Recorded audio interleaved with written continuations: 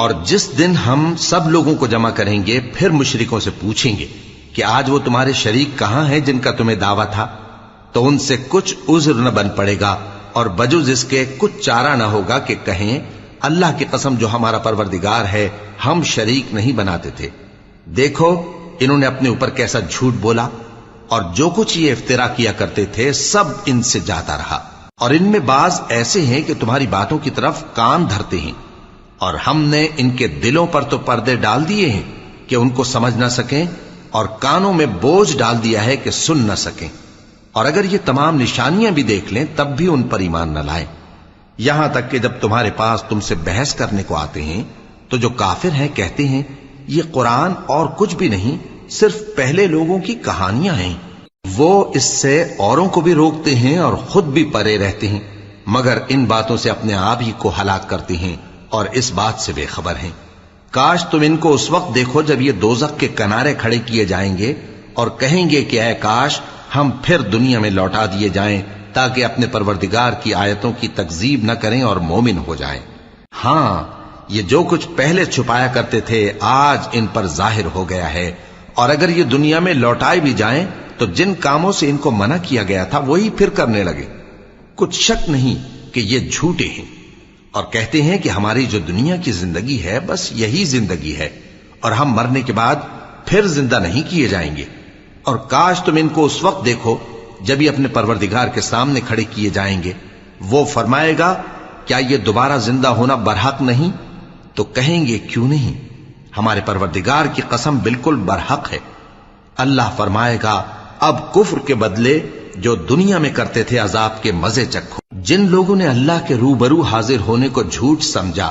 وہ گھاٹے میں آ گئے، یہاں تک کہ جب ان پر قیامت ناگہاں آ موجود ہوگی تو بول اٹھیں گے کہ ہائے اس کوتاہی پر افسوس ہے جو ہم نے قیامت کے بارے میں کی، اور وہ اپنے اعمال کے بوجھ اپنی پیٹھوں پر اٹھائے ہوئے ہوں گے۔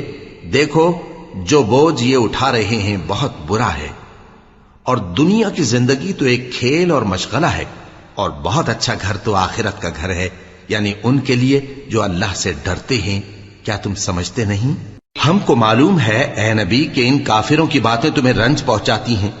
مگر یہ تمہاری تکذیب نہیں کرتے بلکہ ظالم اللہ کی آیتوں سے انکار کرتے ہیں،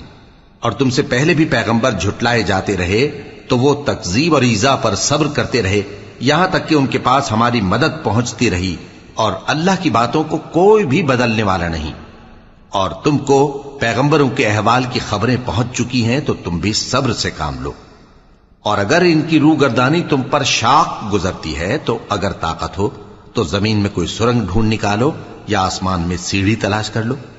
پھر ان کے پاس کوئی معجزہ لاؤ، اور اگر اللہ چاہتا تو سب کو ہدایت پر جمع کر دیتا، پس تم ہرگز نادانوں میں نہ ہونا۔ بات یہ ہے کہ حق کو قبول وہی کرتے ہیں جو سنتے بھی ہیں، اور مردوں کو تو اللہ قیامت ہی کو اٹھائے گا پھر اسی کی طرف لوٹ کر جائیں گے، اور کہتے ہیں کہ ان پر ان کے پروردگار کے پاس سے کوئی نشانی کیوں نازل نہیں ہوئی؟ کہہ دو کہ اللہ نشانی اتارنے پر قادر ہے، لیکن اکثر لوگ نہیں جانتے۔ اور زمین میں جو چلنے پھرنے والا حیوان یا اپنے پروں سے اڑنے والا پرندہ ہے ان کی بھی تم لوگوں کی طرح جماتے ہیں۔ ہم نے کتاب یعنی لوح محفوظ میں کسی چیز کے لکھنے میں کوتاہی نہیں کی، پھر سب اپنے پروردگار کی طرف جمع کیے جائیں گے، اور جن لوگوں نے ہماری آیتوں کو جھٹلایا وہ بہرے اور گونگے ہیں، اس کے علاوہ اندھیروں میں پڑے ہوئے ہیں۔ جس کو اللہ چاہے گمراہ رہنے دے اور جسے چاہے سیدھے رستے پر چلا دے۔ کہو کافرو بھلا دیکھو تو اگر تم پر اللہ کا عذاب آ جائے یا قیامت آ موجود ہو تو کیا تم ایسی حالت میں اللہ کے سوا کسی اور کو پکارو گے؟ اگر سچے ہو تو بتاؤ۔